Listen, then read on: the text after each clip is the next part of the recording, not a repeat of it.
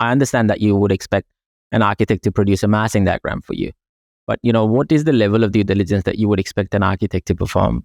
I think from my experience or in particular, what I offer is usually a reasonably comprehensive report that's, looking at the titling, the zoning, any setbacks and site coverage requirements and all of those things. Building restrictions, is it in a flood zone, a termite zone? Is there street trees on the site that are going to, be in the way of where we're thinking a crossover would be? There's that sort of layer of it. I think the very quick and dirty one that is just if someone calls me up is literally the very basic version of that, where you're like, here's a rough envelope, but like, again, it's kind of with a big fat disclaimer of like, this is just roughly what I think you could fit on this site. And then if you want to do a deep dive, we can go and meet on site, have a quick review of everything there. But even sometimes you just don't know, and you get the land survey back and there's something really unexpected, or, maybe an easement that wasn't on the title, or it wasn't identified in council, or it's a little bit complicated where the services cross over, and you just kind of have to take it as it comes sometimes. There's always a solution for everything. It's kind of one of the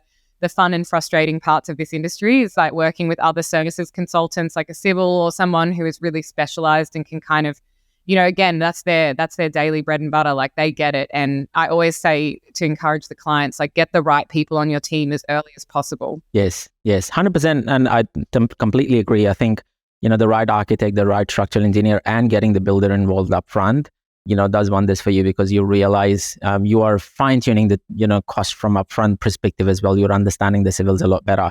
You're designing a much more efficient house together with a better design. So great comments. Thank you very much. One last thing, and this is more in relation to the town planning side of things. How do you differ? And people have this confusion. People don't understand town planners at all. Who are town planners and how do they differ from architects?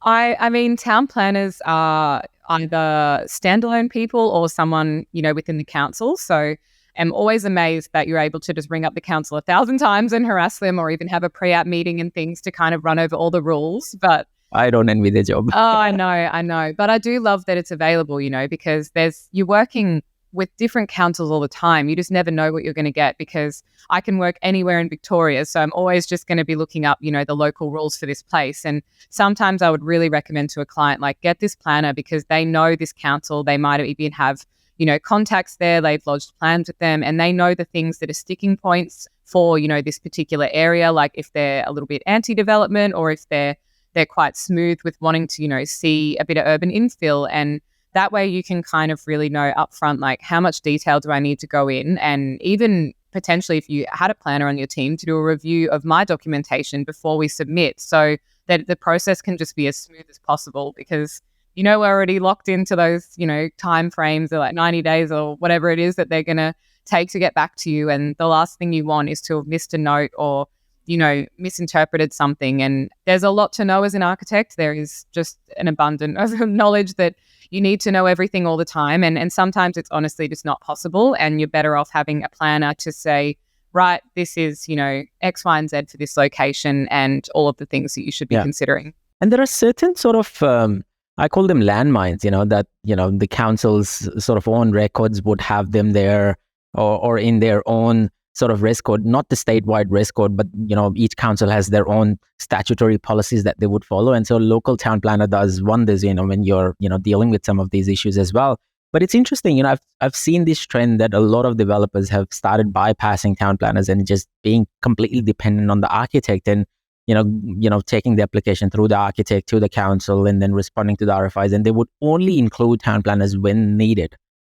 What do you think of that? It's an interesting one, because I feel like the industry for a while there went the totally opposite way. Like the architect was, the principal contractor, like we were doing everything. And, that's kind of historically been the way, you administer the contract, and, you get all the consultants, and you're the sort of head consultant, and they all report into you. And then there was a while there where it became really like design and construct, and we'd just take it to like DD phase and drop it off at the builder, and then, they'd value manage everything out of it, and that'd be that. And now I feel like people have seen enough of that product go out to market that they've flipped back in the other direction, and they want heavy involvement from the architect. And I guess sometimes that is reflected in the fee, and why that can be a little bit more expensive, because there's, more risk. There is more things to do. It's project management as well, right? Yeah. I mean, because even project managers is a whole other aside. It's like if it's a large scale project and someone has their project manager involved, then, they're the ones tracking and sort of pushing on us to like, we need this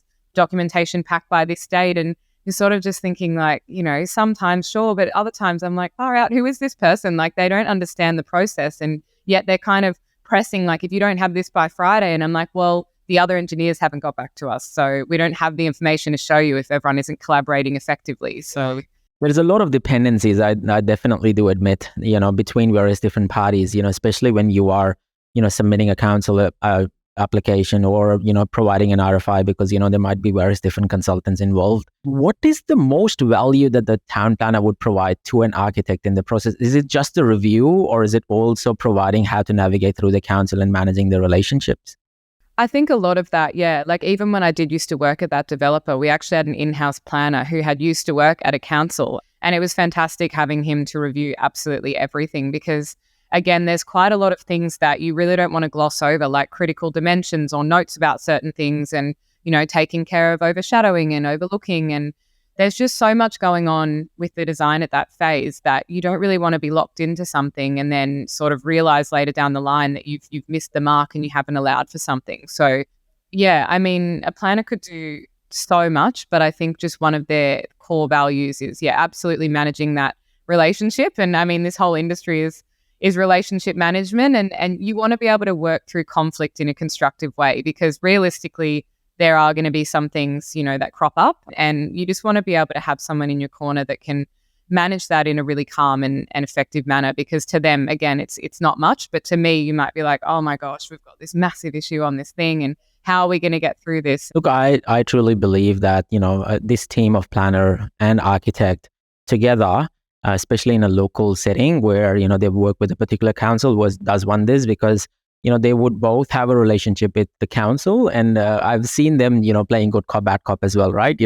Where a planner goes in as a good cop working with the council, and the architect is like, oh, I'm going to push the council a bit more and see, what else can I get? And I think that relationship works really, really well. And, the cost of engaging a town planner together with an architect is not massive, right? I think it takes away a lot of risk away. That $1,500 to $2,000 to even $3,000 that you're paying for a single review is worth every dollar, not just to provide you the comfortableness, but saving you in front of time in relation to making sure that the architect is, on point and on check as well. And it helps the architect, drive a much more confidence, in the application process in itself. I've done mistakes in my own prior life as well, where, we engaged the town planner way later in the piece. And we realized that, this has triggered secondary consents on a lot of these, plans that we had because, we were trying to push a lot of these things. So it's always important to understand that, you're bringing definitely an A team to a lot of these things.